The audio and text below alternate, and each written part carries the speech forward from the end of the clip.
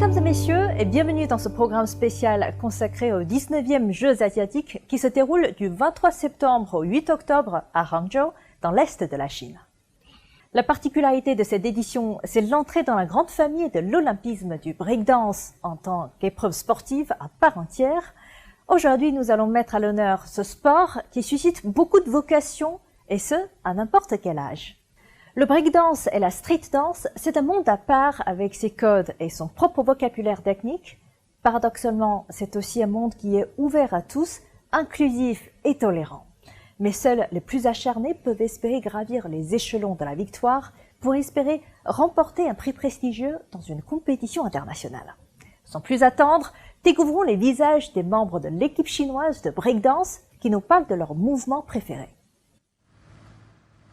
今年9月举行的杭州亚运会将霹雳舞确定为正式比赛项目，商小雨、齐翔宇、刘青一、曾莹莹入选亚运会霹雳舞国家队。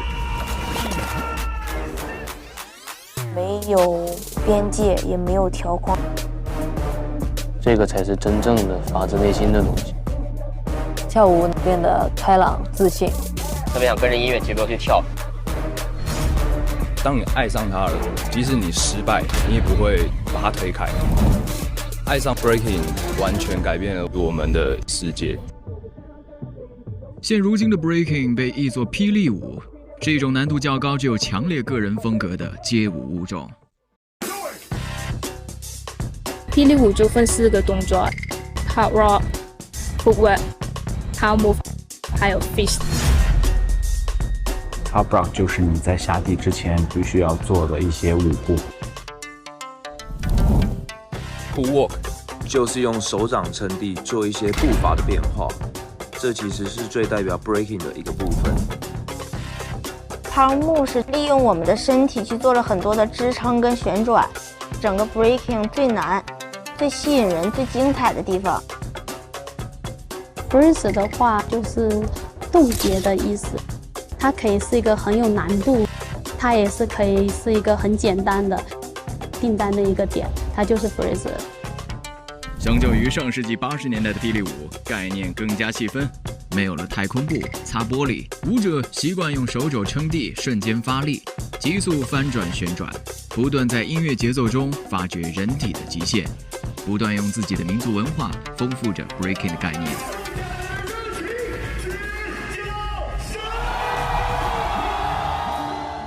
我是把中国元素，还有武术的一些理念加入到我的舞蹈里面，就在比赛上呈现它。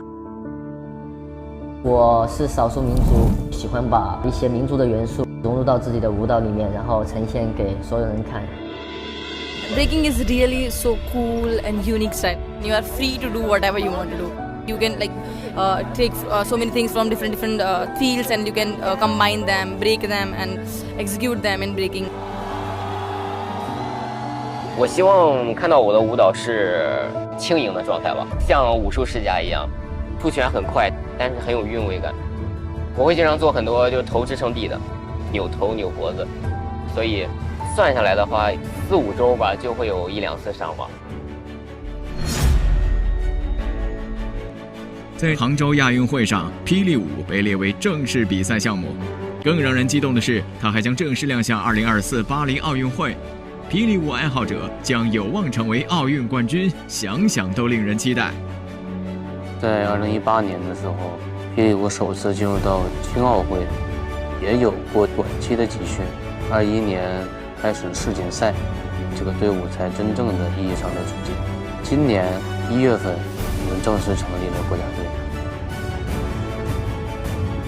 我是很想站在奥运会的舞台的，去让大家看到我代表我的国家去跟他们比，感觉太不一样。它可以和其他项目、运动项目一样，去打竞技类赛事了。备战着亚运会还有奥运会，特别想为祖国争取奖牌，希望能站在领奖台上有一个好的成绩。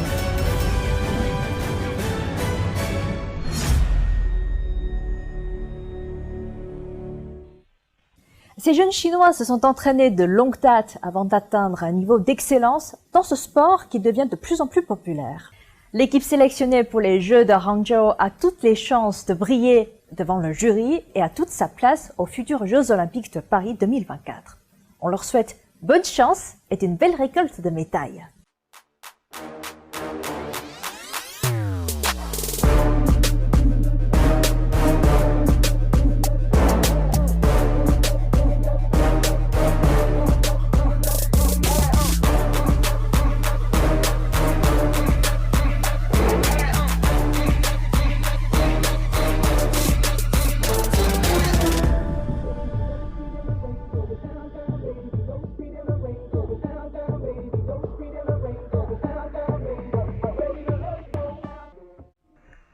La street dance a débarqué en Chine dans les années 80.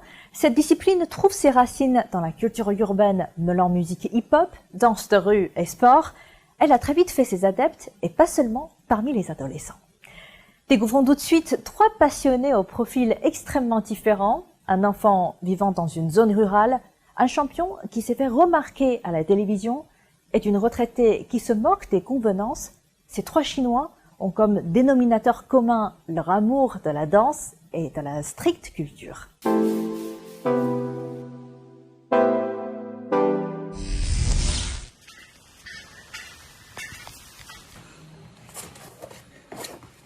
就这个地板舞很难，所以我想去学。我就喜欢跳蓝的。张馨予跟我跳舞的话有3年了，然后他那个时候7岁多，快8岁。他那个时候学风车真的很快，可能只学了几节课，他风车就可以转。我就发现他真的是很有天赋的一种。我最喜欢托马斯，因为其他人都做不起的，我都做得起。 从他家里面下来，可能要花将近1个多小时，他还是坚持下来。如果说跳得好的话，以后我们现在不是街舞都有奥运会了，对吧？万一打到国家队，那你以后有可能是代表中国。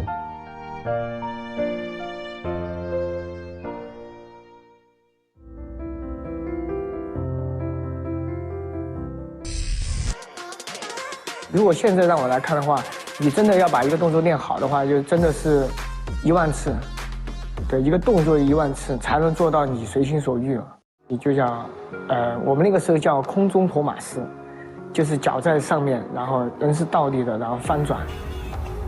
在这个过程中，摔过无数次，就会把这个地方的茧全部手练破，手腕会练劳损，就是真的拿筷子都疼。这就是街舞赛新冠军杨凯。 这么多年跳舞，获得这些成绩，你就有更多的事情要去做，更多的责任要去做。当然，到至今的话，冠军一定不是终点，那更多的是我现在要做的是对街舞的一种推广的责任。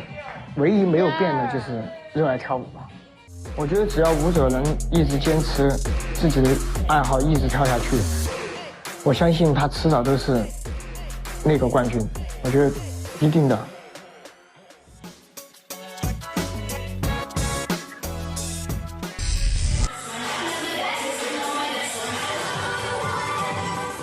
我跳街舞那一年已经54岁了，就从那时候开始跳街舞的。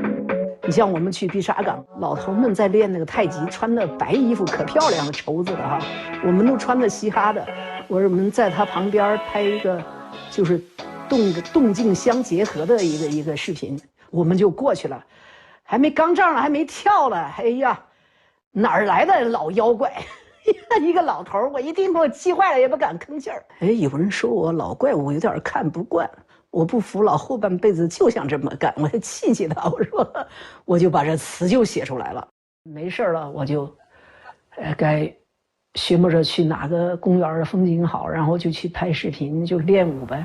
跳疯了以后，就是也就不知道累了就。 每一个动作又看都看几十遍，然后再练个10几遍啊，拍个视频拍个10-20遍。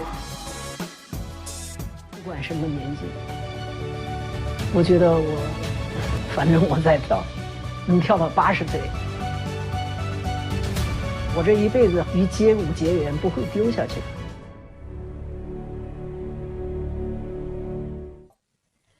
Faire partie d'un groupe de hip-hop à presque 70 ans, on ne voit pas ça tous les jours. Quelle vitalité et quelle passion! Ces gens sont admirables, il n'y a que leur amour de la danse de rue qui compte. Ces parcours très différents prouvent que tout est toujours possible et qu'un rêve peut être le moteur de toute une vie.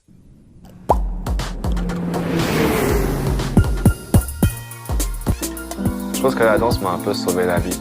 Mon rêve, c'est de juste partager autour de moi ma passion.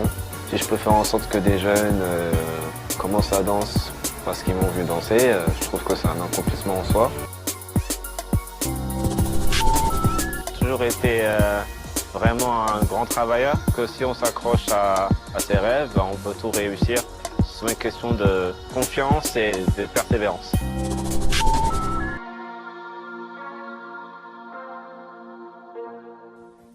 Le développement rapide de la danse de rue en Chine a permis aux amateurs du monde entier de s'y produire. De plus en plus de passionnés de hip-hop sont venus en Chine pour s'y parfaire leur art. Shanghai, métropole réputée pour son esprit d'ouverture et d'inclusivité, est l'endroit rêvé pour y développer sa passion. Boubou Soumaré est un danseur français devenu une véritable star en Chine. Il a trouvé à Shanghai une terre d'accueil où il transmet son rêve et sa passion. Je me suis refaire. Je pense que la danse m'a un peu sauvé la vie. Mais si j'étais pas danseur, je pense que je serais en prison alors qu'il est. Parce que j'ai vécu dans un quartier difficile, où c'était pas facile, violence, mauvaises choses. C'est très facile de prendre la mauvaise direction où j'habitais. Voilà, ça m'a sauvé la vie, ouais, pour sure.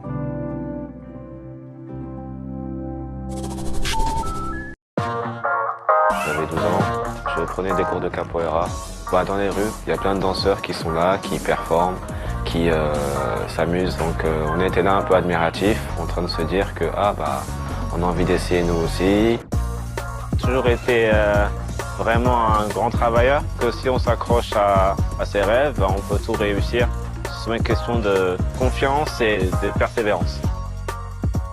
La danse a changé beaucoup de choses dans ma vie, vivant en Chine.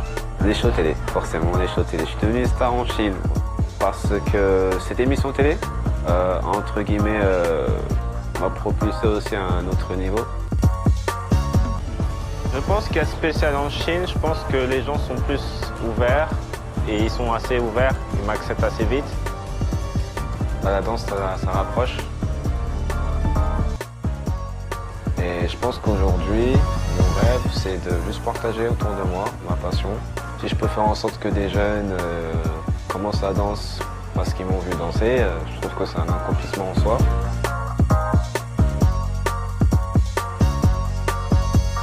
Peu importe où tu viens, peu importe ce que tu fais dans la vie, un rêve peut te faire comprendre qu'il faut que tu changes.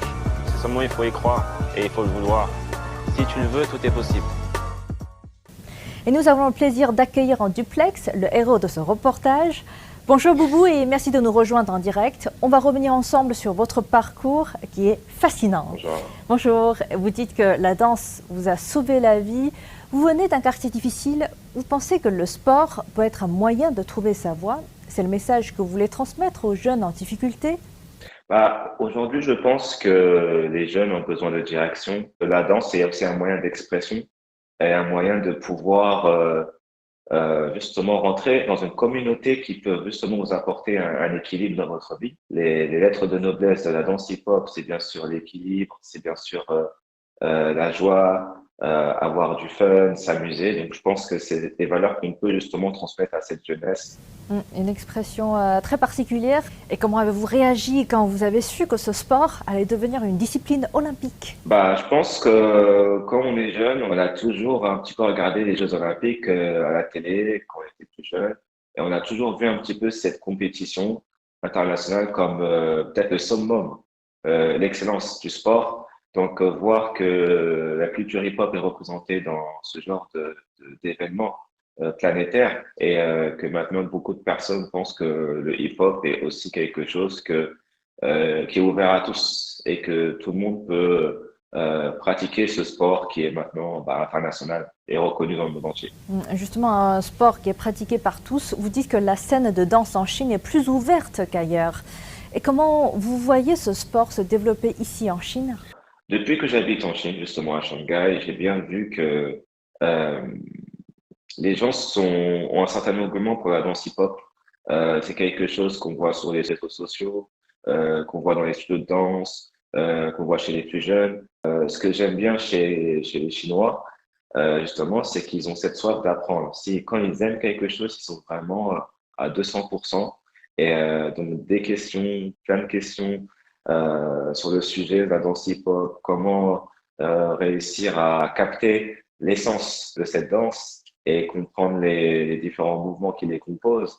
Et ça, c'est des questions qui reviennent souvent. Et moi, ça fait plaisir parce que j'ai pas vu autant d'arguments pour la danse hip-hop depuis que je voyage. Et c'est quelque chose que je trouve d'assez beau, Justement, je pense que beaucoup de jeunes Chinois rêveraient de pratiquer ce danse avec vous.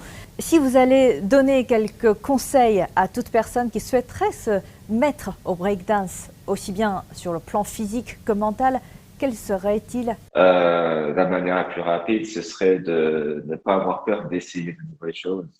C'est vrai que ça peut faire peur de s'exprimer avec le corps, parce qu'on n'a pas forcément le contrôle nécessaire. Le seul conseil que je vous donnerais, c'est que c'est juste de la danse et c'est juste pour s'amuser. Et je pense qu'il n'y a pas meilleure manière de s'amuser que de danser avec ses amis, ses proches. Donc, sois à l'aise et puis il faut oser tenter aussi, c'est ça? C'est ça, il faut tenter. Il ne faut pas avoir peur de tenter, c'est le plus important. Parce que si vous ne tentez pas, vous ne saurez jamais. Merci infiniment, Boubou, d'avoir participé à cette émission. Vous êtes porteur de belles valeurs et d'une vraie inspiration pour la jeunesse du monde entier. Et la preuve qu'on peut y arriver, peu importe son contexte familial ou social, à condition d'avoir un rêve, de se battre pour lui. Merci, c'est très gentil de votre part et je vous souhaite le meilleur. Et n'oubliez pas, la danse, c'est que du fun.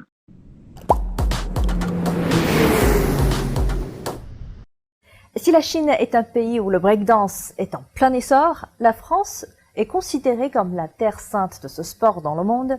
Chaque année, les plus grands noms de cette discipline se rassemblent et des milliers de compétitions sont organisées dans tout l'Hexagone.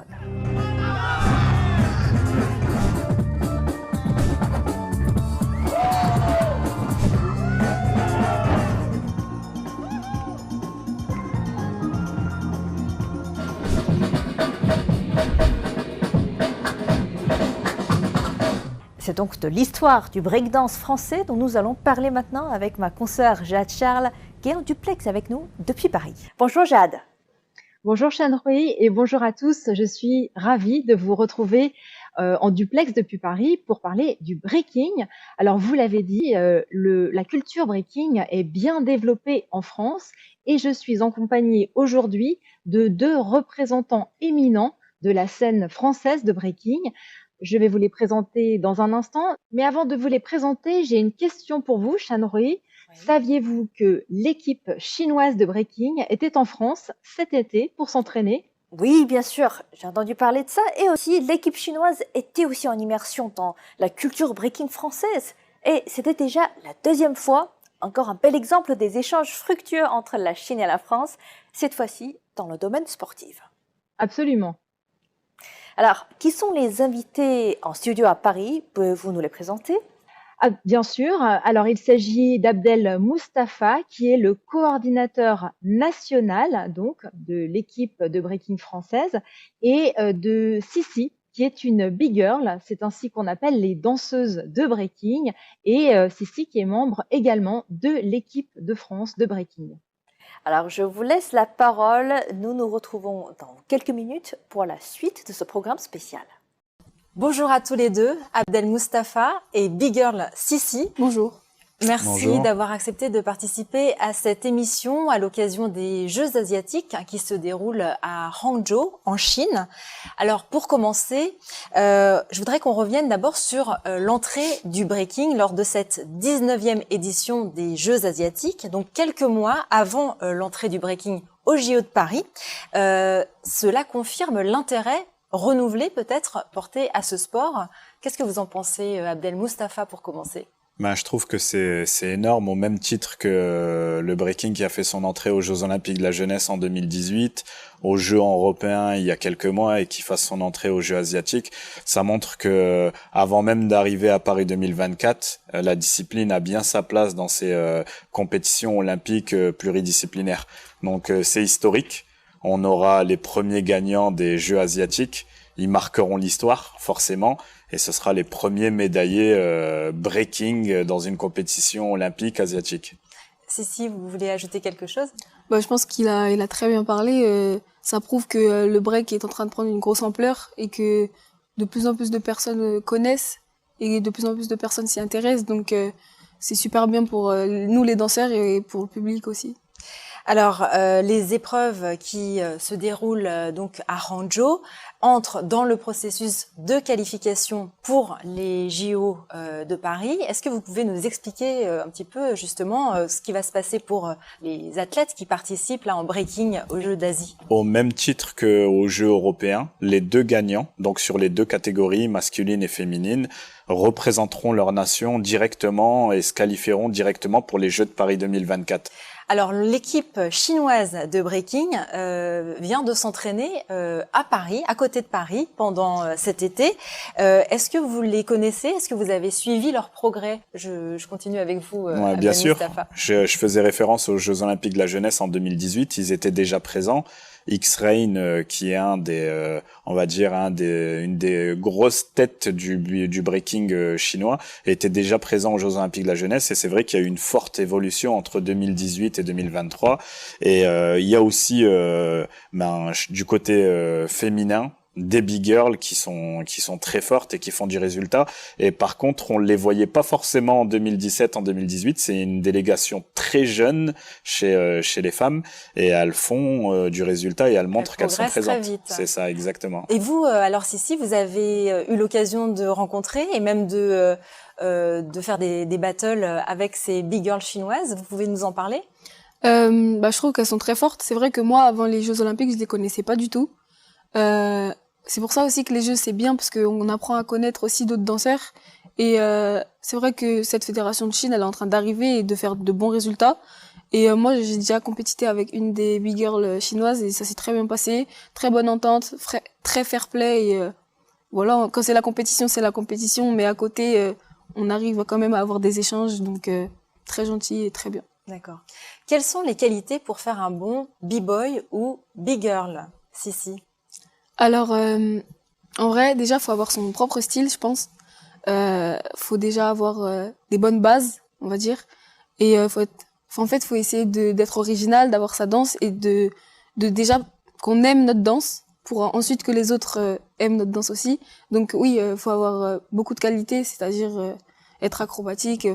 Voilà. En vrai, ça dépend de chaque personne, selon leur corps, selon leur. Par exemple, moi, je suis souple, donc j'essaye de mixer ma danse avec de la souplesse, etc.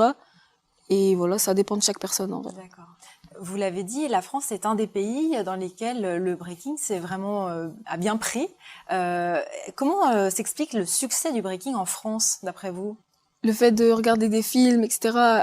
À l'époque, dans le rap et tout, il y avait du break, donc je pense que ça a aussi beaucoup influencé sur le break en France. Et notre style, c'est vrai qu'on essaye tous, en France, je pense, d'être original et d'apporter notre French touch, comme on dit. Et, la French touch, la French touch.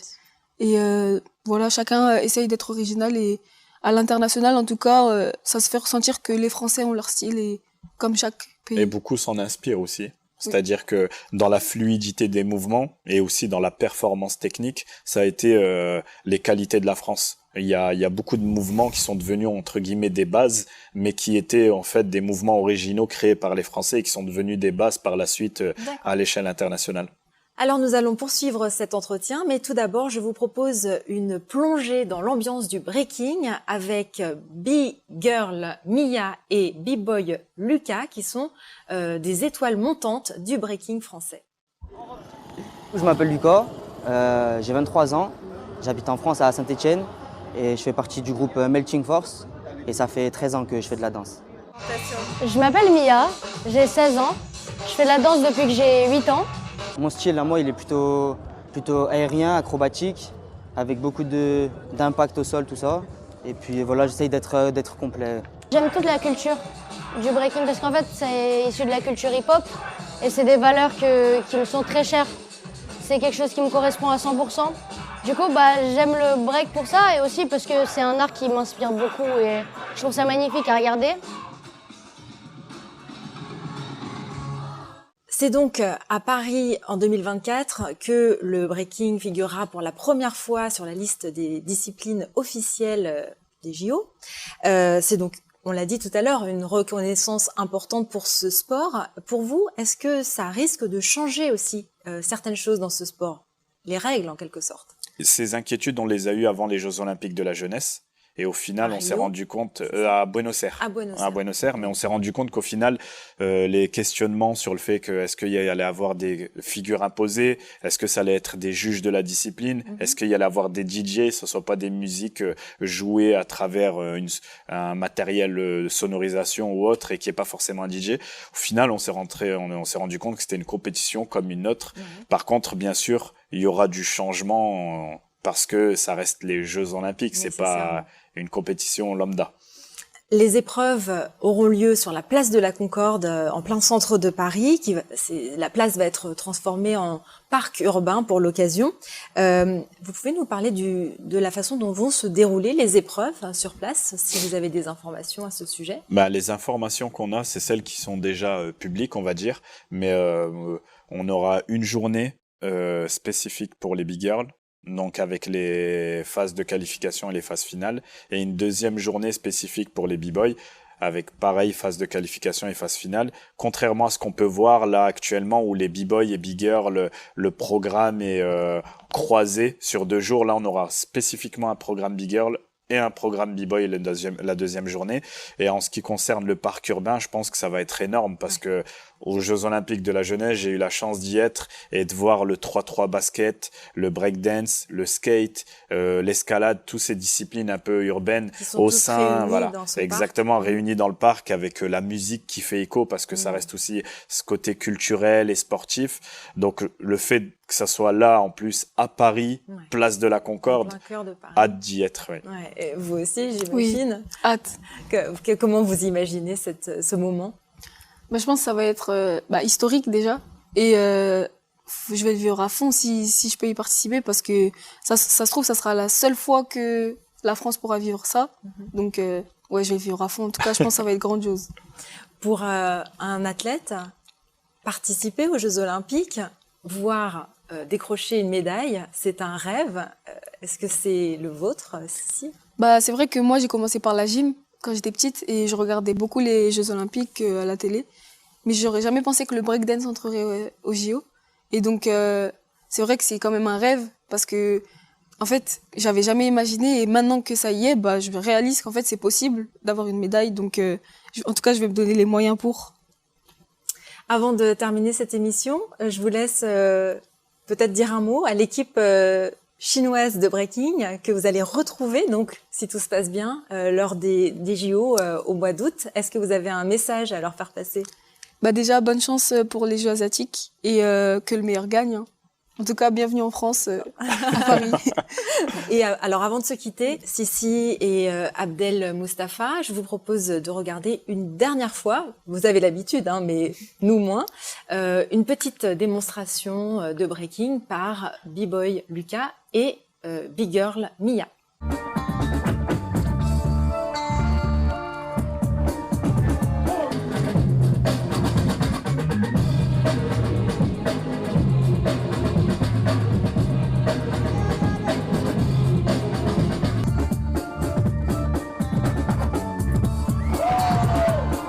Merci à tous les deux, Abdel Mustapha et Sissi, d'être venus dans cette émission.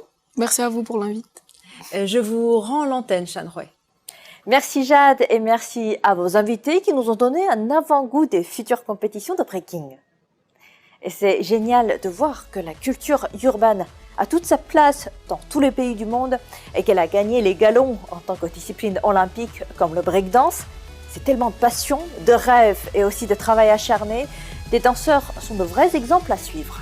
Et c'est justement lors des 19e Jeux asiatiques de Hangzhou qu'ils vont en effet faire leurs grandes entrées dans la lumière. Nous les regarderons avec la plus grande attention en attendant de les voir briller au JO de Paris. Merci de votre fidélité et à très bientôt sur CGDN Français.